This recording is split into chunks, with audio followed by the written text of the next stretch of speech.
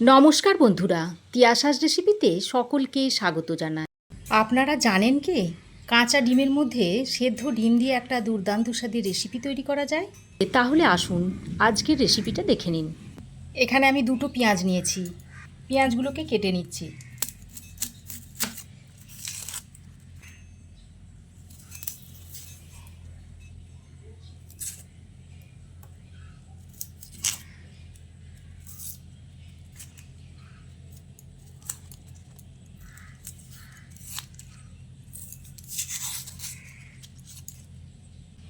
পেঁয়াজটাকে এখন আমি কেটে নিচ্ছি। মুখের এই সাদা অংশটা কেটে বাদ দিয়ে ফেলে দিচ্ছি। তারপর পেঁয়াজটাকে কুচি কুচি করে নিচ্ছি।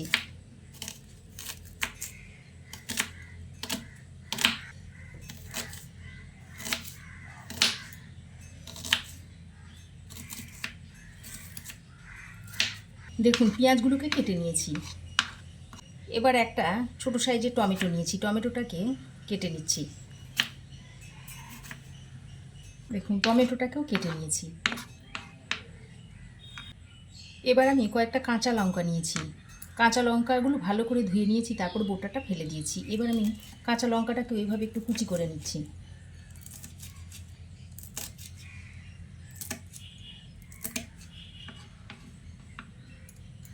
এখানে আমি 3টে ডিম নিয়েছি।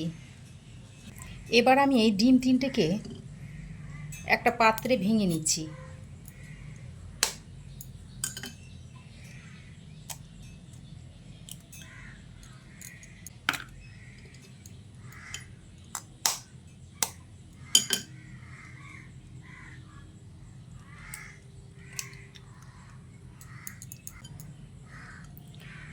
আমি 3টে ডিম নিয়েছি, তবে আপনারা আপনাদের প্রয়োজন অনুযায়ী ডিমটা বাড়িয়ে বা কমিয়ে নিতে পারেন। এবার আমি দুটো সেদ্ধ ডিম নিয়েছি। এবার এই সেদ্ধ ডিম দুটোকে আমি এরকম গ্রেটারের সাহায্যে এই কাঁচা ডিমের মধ্যে গ্রেট করে দিচ্ছি।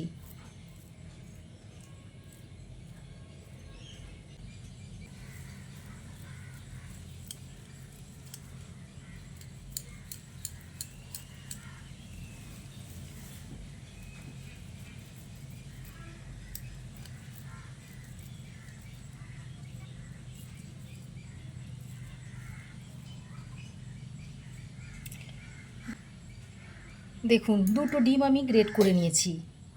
আর আমি যে পেঁয়াজটা কুচিয়ে রেখেছিলাম সেটা থেকে অর্ধেকটা এর মধ্যে দিয়ে দিচ্ছি।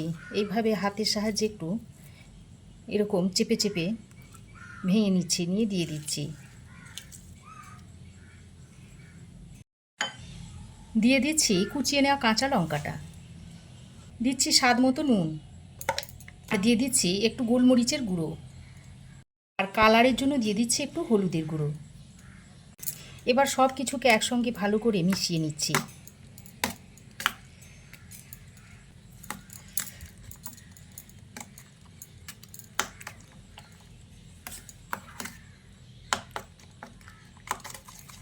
দেখুন বন্ধুরা, ডিমের গোলাটা তৈরি হয়ে গেছে। এবার আমি এটাকে এক সাইডে সরিয়ে রেখে একটা মিক্সিং জার নিয়েছি।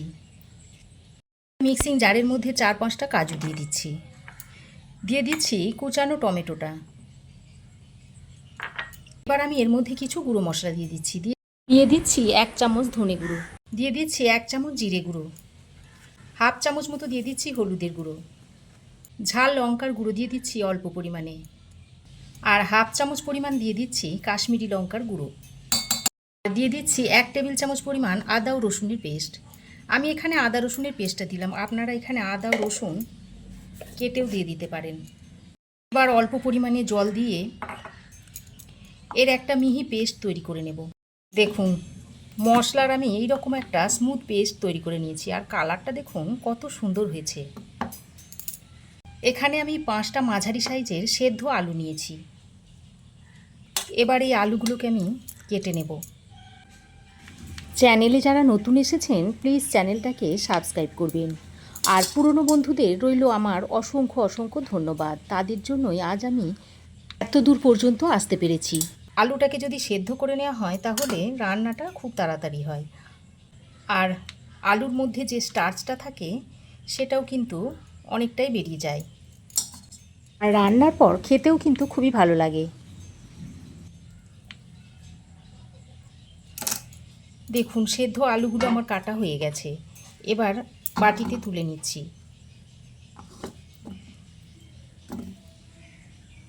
এবার আমি ডিমের অমলেটটা তৈরি করে নেব। তার জন্য একটা ফ্রাই প্যান গরম করে দিয়ে দিচ্ছি সর্ষের তেল।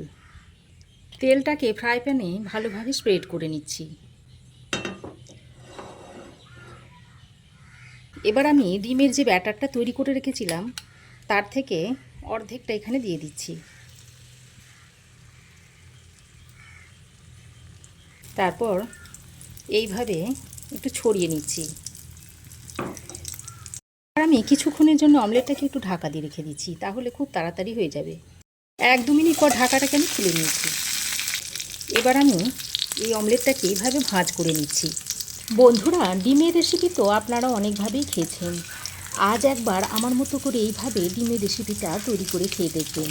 আশা করছি রেসিপিটা আপনাদেরও খুবই ভালো লাগবে। এইভাবে অমলেটটাকে ভাঁজ করে নিতে হবে।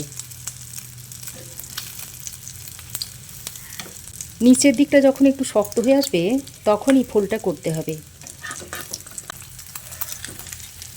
দেখুন এইভাবে আমি দুটো খুন্তি দিয়ে ভাঁজটা করে নিচ্ছি।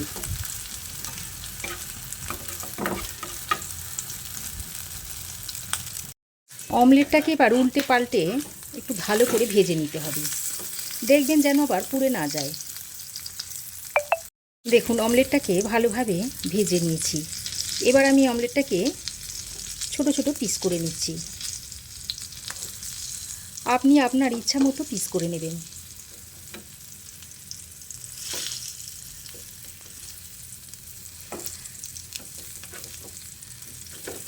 দেখুন আমি এইভাবে অমলেটের পিসগুলো করে নিয়েছি।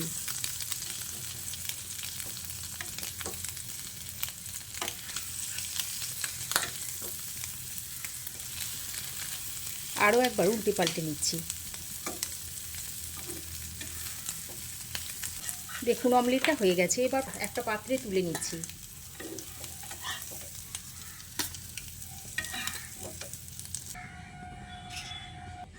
ফ্রাই প্যানে সামান্য আর একটু তেল দিয়ে দিচ্ছি। তারপর এই বাকি ব্যাটারটা এর মধ্যে দিয়ে দিচ্ছি। আবারও 1-2 মিনিটের জন্য ঢাকা দিয়ে দিচ্ছি। 1 মিনিট পর ঢাকাটা খুলে নিয়েছি। আর নিচের দিকটা দেখুন একটু শক্ত হয়ে গেছে, এবার আবারও ফোল্ড করে নিচ্ছি।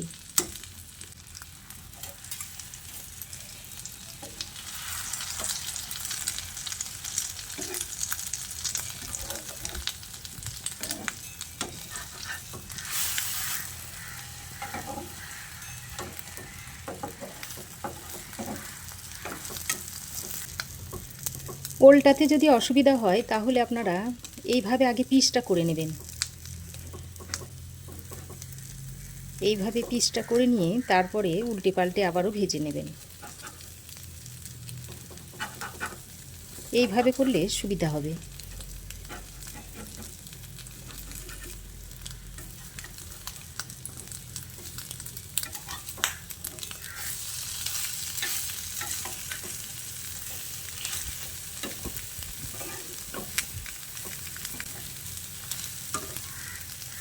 দেখুন আরও কিছুক্ষণ ভেজে নিচ্ছি। বাকি অমলেটগুলো ভাজা হয়ে গেছে, এগুলোকেও আমি তুলে নিচ্ছি।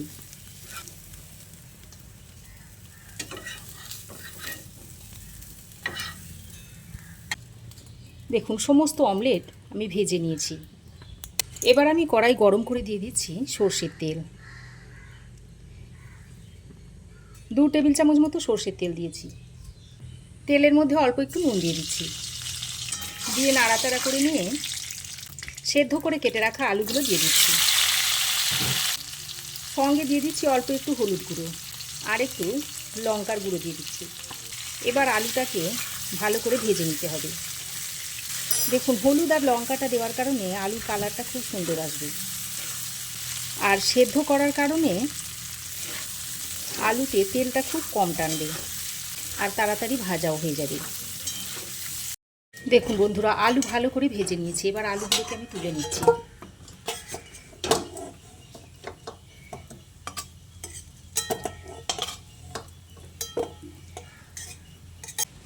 আলু ভেজে তুলে নেওয়ার পর কড়াইয়ে যা তেল আছে তার সঙ্গে আরও সামান্য একটু তেল দিয়ে দিচ্ছি। এবার গরম তেলের মধ্যে দিয়ে দিচ্ছি গোটা গরম মশলা, এলাচ, লবঙ্গ, দারচিনি। 1 চামচ দিয়ে দিচ্ছি গোটা জিরে। এবার ফোড়ন কিছুক্ষণ ভেজে নিয়ে কুচনো পেঁয়াজটা দিয়ে দিচ্ছি। পেঁয়াজটা দিয়ে তেলের সঙ্গে ভালো করে নেড়ে চেড়ে মিশিয়ে নিচ্ছি। পেঁয়াজের মধ্যে অল্প একটু হালকা কালার চলে আসা পর্যন্ত পেঁয়াজটাকে ভালো করে ভেজে নিতে হবে। দেখুন পেঁয়াজের মধ্যে সুন্দর একটা কালার চলে এসেছে। এবার আমি যে মশলার পেস্টটা তৈরি করেছিলাম সেটা এর মধ্যে দিয়ে দিচ্ছি। মিক্সিতে যে অল্প একটু মশলা লেগেছিল তাতে অল্প করে একটু জল দিয়ে এর মধ্যে দিয়ে দিচ্ছি। তারপর সব কিছু একসঙ্গে ভালো করে কষিয়ে নিচ্ছি। তারপর মশলাটাকে একটু ঢাকা দিয়ে দিয়ে কষিয়ে নিচ্ছি। দেখুন ঢাকা দিয়ে 2-3 মিনিট আমি মশলাটাকে ভালো করে কষিয়ে নিয়েছি। আর মশলা থেকে আদা, রসুন, টমেটোর কাঁচা গন্ধটা চলে গেছে। আর মশলা থেকে দেখুন খুব সুন্দর তেল ছাড়তে শুরু করেছে। এবার এই পর্যায়ে আমি ভেজে রাখা আলুগুলোর মধ্যে দিয়ে দিচ্ছি। আলুগুলো দিয়ে মশলার সঙ্গে ভালো করে নেড়ে চেড়ে মিশিয়ে নিচ্ছি। বেশ খানিকক্ষণ এইভাবে মশলার সঙ্গে আলুটাকে নেড়ে চেড়ে মিশিয়ে নিতে হবে। দেখুন আলুটাকে আমি মশলার সঙ্গে খুব ভালোভাবে কষিয়ে নিয়েছি। এবার আমি এর মধ্যে গরম জল দিয়ে দিচ্ছি। 1 কাপ মতো গরম জল দিয়ে দিলাম। আপনারা যে যেমন ঝোল খেতে পছন্দ করেন সেই অনুযায়ী জলটা দিয়ে নেবেন। জলটা দিয়ে আলু ও মশলার সঙ্গে ভালোভাবে নেড়ে চেড়ে মিশিয়ে নিচ্ছি।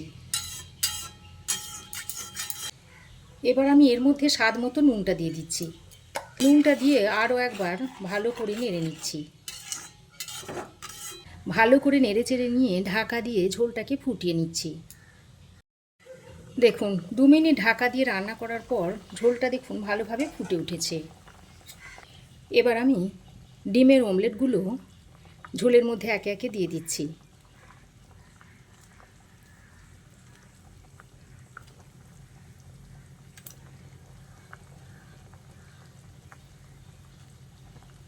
ডিমের অমলেটগুলো দিয়ে একবার ভালো করে নেড়ে চেড়ে দিচ্ছি।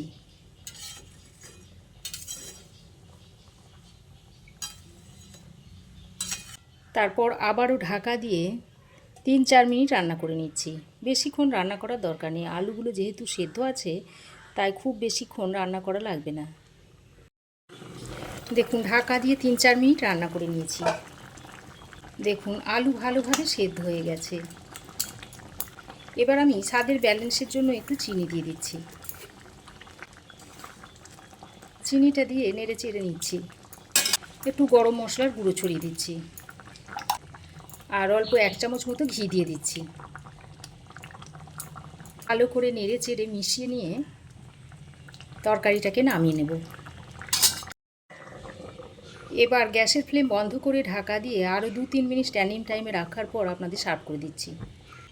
আরও 3-4 মিনিট স্ট্যান্ডিং টাইমে দেওয়ার পর তরকারিটা আপনাদের সার্ভ করে দেখাচ্ছি। দেখুন এটা গরম ভাতের সাথে খেতে দুর্দান্ত লাগে। আপনারাও একবার এইভাবে বানিয়ে খেয়ে দেখবেন। তারপর আমাকে কমেন্ট করে জানাবেন যে আপনাদের কেমন লাগলো। তো রেসিপি ভালো লাগলে অবশ্যই একটা লাইক, শেয়ার ও কমেন্ট করবেন। আর চ্যানেলে যদি নতুন এসে থাকেন তাহলে চ্যানেলটাকে প্লিজ সাবস্ক্রাইব করবেন। আর পাশে থাকা বেল নোটিফিকেশানটা অন করে দেবেন, তাহলে আমি যখনই কিছু নতুন ভিডিও আপলোড দেব সর্বপ্রথম নোটিফিকেশন আপনার কাছে গিয়ে পৌঁছাবে। আজ এ পর্যন্তই। আবার দেখা হবে নতুন কোনো রেসিপি নিয়ে নেক্সট এপিসোডে। সে পর্যন্ত ভালো থাকবেন, সুস্থ থাকবেন। ধন্যবাদ।